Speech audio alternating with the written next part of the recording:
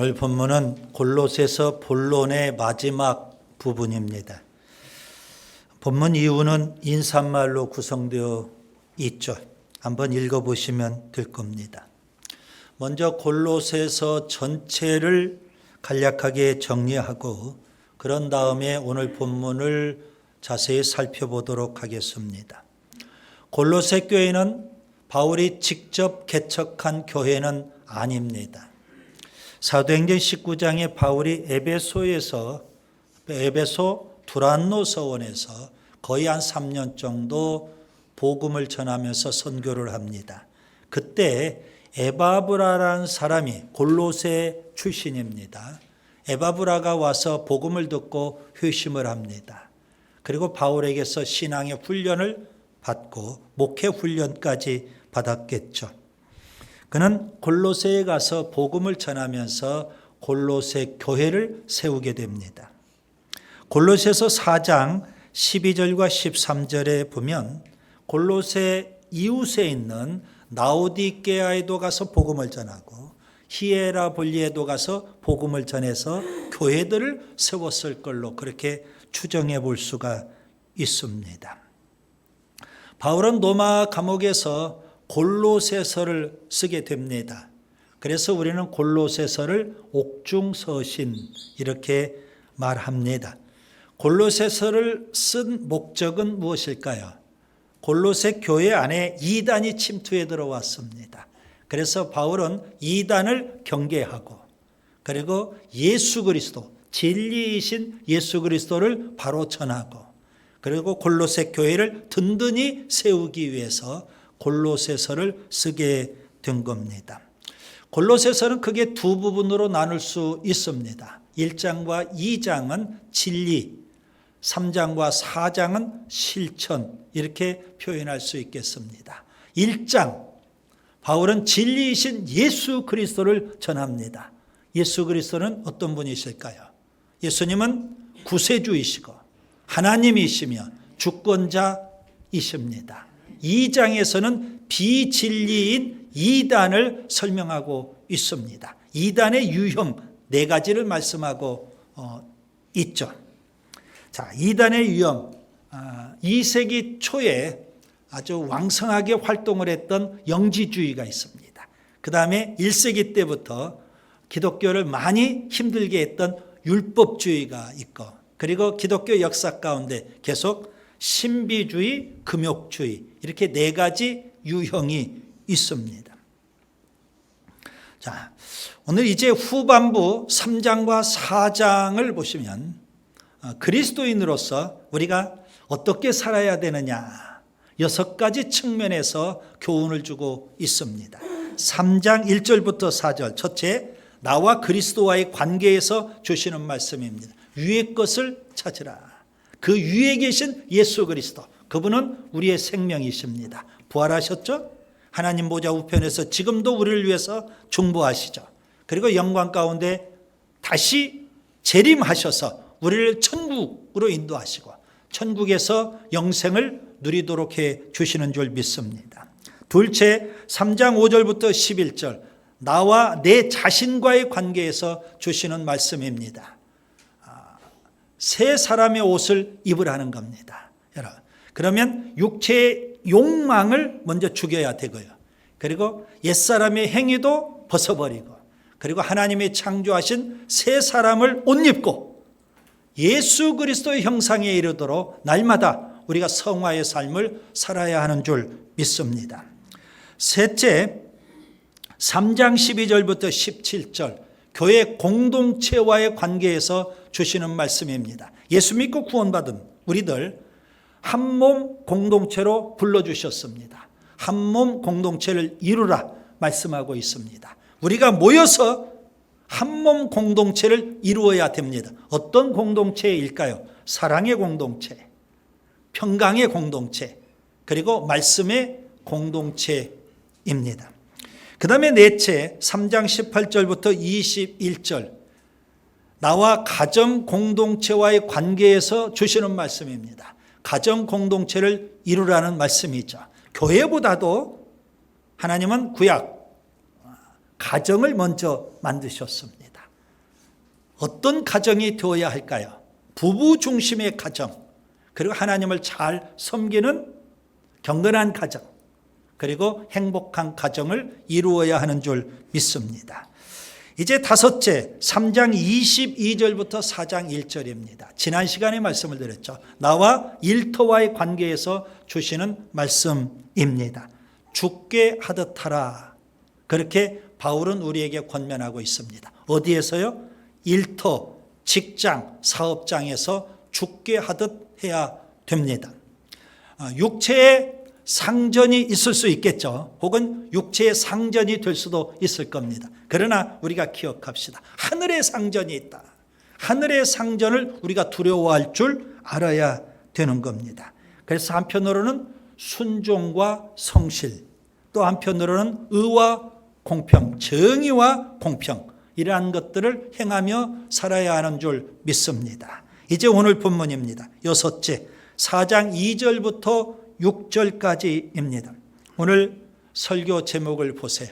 그리스도의 비밀을 말하라, 이겁니다. 나와 세상과의 관계에서 주시는 말씀, 이렇게 여러분이 이해하시면 되겠습니다. 우리 한번 따라서 합시다. 그리스도의 비밀을 말하라.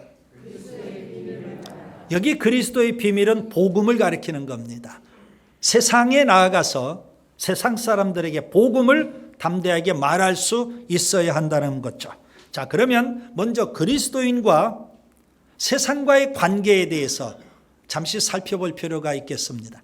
예수님 당시에 유대교에는 3개의 종파가 있었습니다. 성경에는 2개의 종파는 나와요. 그런데 1개의 종파는 침묵하고 있습니다. 그러나 3개의 종파가 있습니다. 바리새파가 있고 그 다음에 사두개파, 이건 다 성경에 나오는 거죠.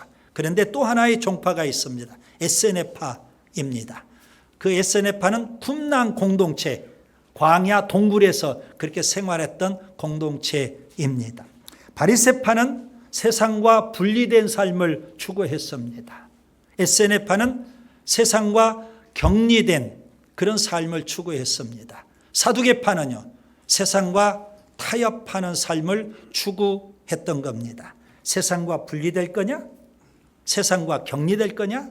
아니면 세상과 타협할 거냐? 3개의 종파가 그랬습니다. 그러면 예수님이 원하시는 우리 그리스도인의 삶은 어떤 삶일까요? 이게 궁금합니다. 예수님은 공생의 기간 제자들을 부르셨어요. 그들을 훈련시켜서 그들을 사도로, 사명자로 세상에 파송을 하셨던 겁니다. 거기에 해답이 있습니다. 제자는 반드시 사도가, 사명자가 되어야 한다는 사실입니다. 죄악이 관영하고 세속이 만연된 세상 속에서 우리 그리스도인은 어떻게 살아야 할까요? 우리는 하나님의 백성입니다. 세상의 빛과 소금이 되어야 하는 줄 믿습니다. 우리는 하나님의 종입니다. 하나님 말씀에 철저하게 순종해야 되는 줄 믿습니다. 우리는 사명자입니다. 세상에 나아가 복음 전도자로 사명에 살아야 하는 줄 믿습니다. 우리 교회 공동체의 비전을 여러분 잘 아시죠? 주보에 있습니다. 세상을 변화시키고 천국을 확장하는 건강한 공동체를 우리가 꿈꾸고 있습니다. 교회가 세상을 변화시키는 일에 앞장서야 되는 겁니다. 만약 우리가 적극적으로 세상으로 나아가지 않는다면, 변화를 위해서 세상을 향해서 나아가지 않는다면 교회 공동체는 반드시 세상으로부터 변질되고 말 겁니다. 변화냐? 변질이냐? 이 갈림길에 교회가 있는 겁니다. 너무나도 많은 교회들이 변화를 주도하지를 못하고 변질되고 있습니다. 너무나도 많은 그리스도인들이 세속과 죄악이 만연된 세상 속에서 타협하고 변질되고 말았더라는 겁니다. 자, 오늘 말씀입니다. 그리스도인이 세상과의 관계에서 어떻게 살아야 될까요? 답은 이미 나왔습니다. 좀 더 구체적으로 오늘 본문을 통해서 3가지를 말씀드리려고 합니다. 첫째, 항상 깨어 기도해야 합니다. 본문 2절부터 4절을 보겠습니다. 바울은 지금 기도를 강조하고 있습니다. 세상과의 관계에서 우리가 어떻게 세상 속에 나가서 살 거냐? 맨 먼저 기도해야 되는 겁니다. 여러분 거기 계속이라는 단어와 깨어라는 단어를 여러분 주목하셔야 됩니다. 계속 깨어서 기도하라는 그런 의미가 되겠죠. 여러분 우리가 기도 없이 세상을 향해 나아가면 좀 죄송스러운 표현이지만 공중의 권세 잡은 마귀 사탄의 밥이 되기 쉽습니다. 세상의 먹잇감이 될 수 있다는 사실입니다. 베드로전서 5장 8절 근신하라 깨어라 너희 대적마귀가 우는 사자같이 두루다니며 삼킬 자를 찾느니라. 여러분 세상은 그렇게 만만한 곳이 아닙니다. 공중의 권세 잡은 마귀 사탄이 우는 사자처럼 우리를 집어 삼키려고 하고 있는 세상입니다. 그렇기 때문에 우리가 계속 깨어서 기도해야 되는 줄 믿습니다. 기도로 계속 깨어있지 못하면 한순간도 우리가 방심하면 안 되는 겁니다. 깨어있어야 돼. 데살로니가전서 5장 17절 아주 유명한 말씀이지. 쉬지 말고 기도하라. 쉬지 말고 기도하라. 이 말은 밥도 먹지 말고 일도 하지 말고 기도만 하고 있어라. 그런 의미는 아니잖아요. 규칙적으로 항상 깨어서 기도하라. 그런 의미가 될 겁니다. 예수님은 산상설교에서 기도를 강조하셨어요. 대표적인 표현이 이겁니다. 구하라, 찾으라, 두드리라 이겁니다. 그런데 좀 더 정확하게 번역을 하면 계속해서 구하라, 계속해서 찾으라, 계속해서 두드리라. 그런 의미가 되는 겁니다. 특별히 우리가 기도를 해야 되는데요. 나만을 위한 기도가 아닙니다. 바울은 지금 골로새 교회를 향해서 우리를 위해서 기도해 달라는 겁니다. 중보 기도해야 되는 줄 믿습니다. 바울은 골로새 교회에 기도 부탁을 하는데 어떤 내용을 부탁하고 있을까요? 뭘 기도해 달라는 걸까요? 내가 지금 로마 감옥에 갇혀 있는데 석방되게 해달라고 기도하라. 그렇게 부탁하는 게 아닙니다. 바울은 뭘 기도 부탁하고 있을까요? 전도의 문이 활짝 열려서 그리스도의 비밀, 복음을 담대하게 전할 수 있게 해달라고 그렇게 기도하고 있는 겁니다. 제가 늘 강조한 표현이죠. 전도를 위한 기도 이겁니다. 예수님을 보세요. 예수님은 공생의 기간에 아무리 바쁘셔도 그 다음날 새벽에는 어김없이 한적한 곳에 가서 기도하셨습니다. 마가복음 1장 35절 새벽 아직도 밝기 전에 예수께서 일어나 나가 한적한 곳으로 가사 거기에서 기도하시더니라. 자, 그러면 예수님은 새벽마다 한적한 곳에 가서 깊이 하나님 앞에 기도를 드렸는데 무슨 기도를 드리셨을까요? 이게 궁금해요. 예수님이 무슨 기도를 했다 성경에는 기록되어 있지 않습니다. 다만 문맥을 통해서 예수님이 이런 기도를 하셨겠구나 추측해 볼 수 있는 겁니다. 예수님이 한적한 곳에 가서 기도하시는데 뒤늦게 제자들이 깨어서 보니까 예수님이 계시지 않아요. 예수님은 항상 그곳에 가서 기도하셔요. 한적한 곳으로 예수님을 찾아갔습니다. 그때 예수님은 기도를 끝내시고 기도를 끝내신 예수님에게 제자들이 이렇게 말씀을 드립니다. 모든 사람들이 다 주님을 지금 찾고 있습니다. 그때 예수님이 이런 말씀을 하셔요. 마가복음 1장 38절 우리가 다른 가까운 마을들로 가자. 거기서도 전도하리니 내가 이를 위하여 왔노라.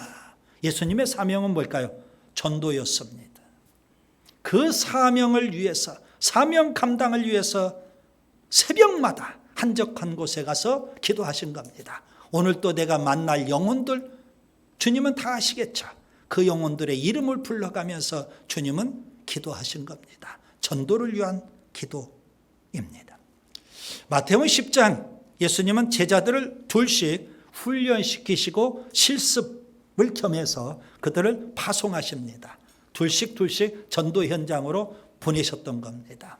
그런데 주님은요 제자들을 다 훈련시켰으니까 그냥 파송하시면 되잖아요. 그런데 그렇게 하지 않습니다. 제자들에게 먼저 기도하라 말씀하십니다. 그 기도가 바로 전도를 위한 기도였습니다. 마태복음 9장 37절과 38절 추수할 것은 많되 일꾼이 적으니 그러므로 추수하는 주인에게 청하여 추수할 일꾼들을 보내주소서 하라. 전도를 위한 기도를 말씀하신 겁니다. 그렇게 기도했던 제자들 주님은 둘씩 그들을 전도자로 추수꾼으로 파송을 하셨던 겁니다. 초대교회는 예수님께서 가르쳐 주신 전도를 위한 기도를 알기 때문에 그들은 기도할 때마다 맨 먼저 전도를 위한 기도를 했던 겁니다. 오늘 우리 시대 우리가 잃어버린 기도입니다. 전도를 위한 기도, 선교를 위한 기도, 나의 전도 대상자를 놓고 최우선 순위로 우리가 기도할 수 있기를 바랍니다. 계속 깨어서 기도해야 됩니다. 그래야만 우는 사자처럼 우리를 삼키려고 하는 마귀 사탄에 우리가 먹히지 않고요. 나의 전도 대상자도 먹히지 않게 되는 겁니다. 그 다음에 둘째, 지혜롭게 행동해야 합니다. 본문 5절을 보겠습니다. 여기 의인이라는 단어가 나오죠. 의인은 세상 사람들, 불신자를 가리키는 겁니다. 그리고 세월을 아끼라 이 표현을 잘 보세요. 각주를 한번 보시기 바랍니다. 세월을 아끼라. 무슨 의미일까요? 기회를 사라. 그런 의미입니다. 에베소서 5장 16절에도 보면 세월을 아끼라. 그런 말씀이 있습니다. 근데 거기에도 각주를 보면 동일합니다. 기회를 사라. 그런 의미입니다. 여러분 불신자들을 대할 때 세상에 나아가서 우리가 전도자로 불신자들을 대할 때 왜 지혜롭게 행동해야 할까요? 이유는 딱 하나입니다. 기회를 사기 위해서, 기회를 놓치지 않기 위해서입니다. 우리가 지혜롭지 못하고 미련하면 하나님이 주신 기회를 다 놓치는 겁니다. 하나님이 주신 기회를 다 잃어버리는 겁니다. 전도를 위해서 열심히 기도했어요. 전도 대상자를 놓고 기도했어요. 그렇다면 하나님은 반드시 전도할 수 있는 기회를 주시는 겁니다. 그런데 우리가 지혜롭지 못해서 그 기회를 다 놓쳐버리는 경우들이 너무 많다는 겁니다. 여러분 우리가 살고 있는 지금 우리에게 주어진 이 시간은 그냥 흘러가는 시간이 아닙니다. 헬라어로 보면 시간이라는 단어는 두 가지 용어가 있습니다. 하나는 크로노스, 하나는 카이로스. 두 개의 단어가 있어요. 크로노스는 그냥 흘러가는 시간이겠죠. 우리의 시간들입니다. 그러나 카이로스의 시간이 있어요. 그 카이로스의 시간은 하나님의 때, 하나님의 시간을 의미하는 겁니다. 예를 들면 이겁니다. 예수님은 아무 때나 이 땅에 육신을 입고 오신 게 아닙니다. 갈라디아서 4장 4절 때가 참에, 그 때가 바로 카이로스입니다. 하나님의 때, 하나님의 시간을 의미하는 겁니다. 때가 참에 하나님이 그 아들을 보내사 여자에게 나게 하시니라. 마찬가지입니다. 하나님이 우리에게 주시는 기회, 하나님의 시간입니다. 그러려면 우리가 지혜롭게 행동해야 된다는 사실입니다. 사도행전 2장에 보면 오순절날 성령이 임했습니다. 성령이 임한 것도 하나님의 시간입니다. 오순절날 구약의 약속대로 하나님이 성령을 부어주셨어요.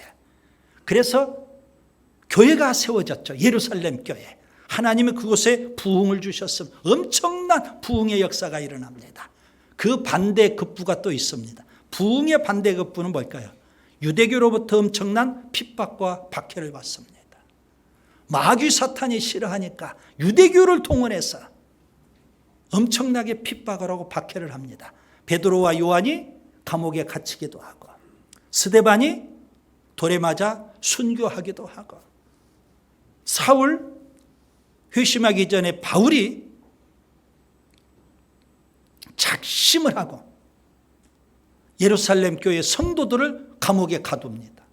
이런 일들이 벌어지기 시작을 해요.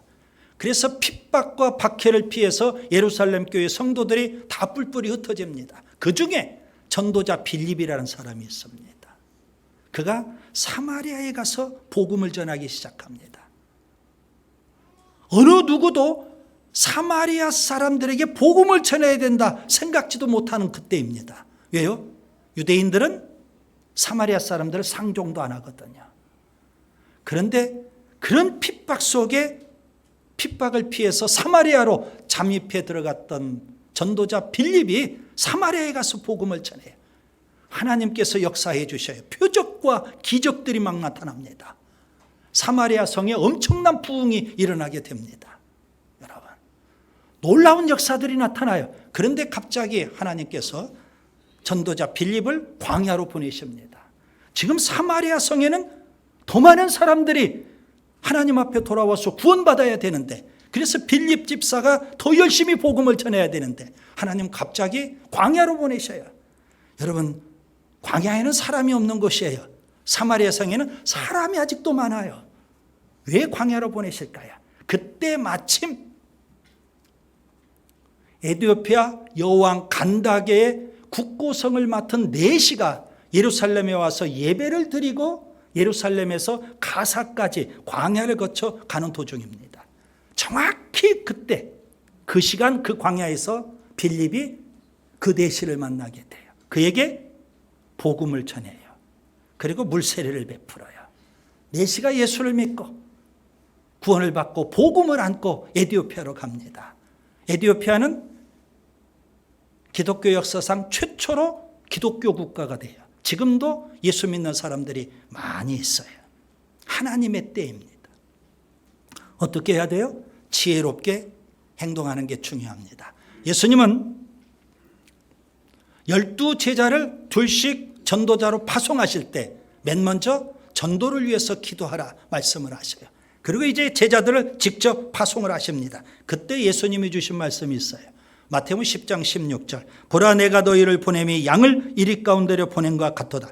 그러므로 너희는 뱀같이 지혜롭고, 뱀같이 지혜롭고, 지혜롭게 행동해야 된다는 말씀입니다. 그 다음에 셋째, 은혜롭게 말해야 합니다. 본문 6절을 보겠습니다.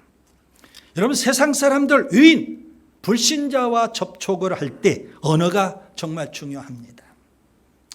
마치 소금으로 맛을 내듯 은혜가 담긴 말을 해야 한다는 사실입니다. 어떤 사람의 언어를 보면 상대방의 마음을 닫게 만듭니다. 아니면 그 사람의 언어가 은혜가 있다면 상대방의 마음의 문을 열게 만드는 겁니다. 예수님은 산상설교에서 소금이 맛을 잃어버리면 사람들에게 짓밟힐 것이다 말씀하셨습니다. 만약 우리의 언어가 맛을 잃어버린 소금과 같다면 불신자들에게 비난을 받을 것이고 욕을 먹을 것이고 한 걸음 더 나아가 짓밟히게 되고 말 겁니다. 주방에서 음식을 만듭니다. 여러분, 아무리 좋은 재료를 사용한들, 그리고 아무리 좋은 그릇에 요리한 그 음식을 담은들, 그 음식이 너무 짜든가 음식이 너무 싱겁다면 사람들이 좋아할 수가 없는 겁니다. 우리 입맛에 맞을 정도로 간이 잘 들어가 있어야 되는 겁니다. 마찬가지로 복음을 음식으로 우리가 한번 비유해 보자는 겁니다. 너무 싱거운 말로 표현한다면, 아니면 너무 짠 맛으로 표현한다면 누가 이 복음에 대해서 흥미를 갖을까요? 우리의 언어가 그럴 수 있다는 사실입니다. 예수님은 12제자를 전도자로 파송하실 때 전도를 위해서 기도하라, 그리고 지혜롭게 행동하라 말씀하셔요. 그 다음이 또 중요합니다. 두려워하지 말라, 그렇게 말씀하십니다. 그런데 우리가 무엇을 두려워하면 안 될까요? 두 가지입니다. 하나는 핍박을 두려워하지 마라 그랬습니다. 마태복음 10장 17절 18절. 사람들을 삼가라. 그들이 너희를 공회에 넘겨주겠고 그들의 회당에서 채찍질하리라. 또 너희가 나로 말미암아 총독들과 임금들 앞에 끌려가리니 이는 그들과 이방인들에게 증거가 되게 하려 하심이라. 자, 핍박을 두려워해서는 안 된다는 겁니다. 그런데 또 하나가 있습니다. 뭘 두려워하지 말라는 걸까요? 어떻게 말할까? 무슨 말을 할까? 그걸 두려워하지 말라고 주님이 말씀하십니다. 마태복음 10장 19절부터 20절. 너희를 넘겨줄 때에 어떻게 또는 무엇을 말할까 염려하지 말라. 그때 너희에게 할 말을 주시리니 말하는 이는 너희가 아니라 너희 속에서 말씀하시는 이 곧 너희 아버지의 성령이시니라. 오늘 본문에 은혜롭게 말하라 말씀하고 있죠. 이 말씀을 예수님이 12제자를 전도자로 파송할 때 주시는 말씀으로 바꾸어 보면 성령으로 말하라. 그런 의미가 될 겁니다. 베드로전서 3장 15절. 너희 속에 있는 소망에 관한 이유를 묻는 자들에게는 대답할 것을 항상 준비하라고 했습니다. 무엇을 말할까? 어떻게 말할까? 염려하지 말고 성령 충만해야 되는 줄 믿습니다. 그리고 우리가 담대하게 그리스도의 비밀, 이 복음을 전할 준비를 해야만 우리가 전도자로 나아갈 수 있는 줄 믿습니다. 이제 말씀을 정리합니다. 예수 그리스도 우리의 구세주이시고 하나님이시며 주권자이십니다. 여러분 마지막 때에 살고 있습니다. 이단을 조심하세요. 이단에 한번 미혹을 받고 빠지면 다시 돌아올 수 있는 시간적 여유가 없을 정도로 마지막 때 중에서도 마지막 때를 살고 있거든요. 여러분 어떻게 우리가 살아야 될까요? 그리스도인으로서. 그리스도와의 관계에서는 위의 것을 추구하라고 했습니다. 자신과의 관계에서는 새 사람을 입어야 한다고 말씀합니다. 교회와의 관계에서는 한 몸 공동체를 이루어야 한다고 말씀합니다. 가정과의 관계에서는 가정 공동체를 이루라고 말씀합니다. 일터와의 관계에서는 죽게 하듯 일하라고 말씀합니다. 그리고 오늘 본문 세상과의 관계에서는 그리스도의 비밀을 말하라고 말씀합니다. 항상 깨어 기도해야 됩니다. 전도를 위한 기도. 지혜롭게 행동할 수 있어야 됩니다. 그리고 은혜스러운 말로 그리스도의 비밀 복음을 전해야 하는 줄 믿습니다. 기도합니다. 항상 깨어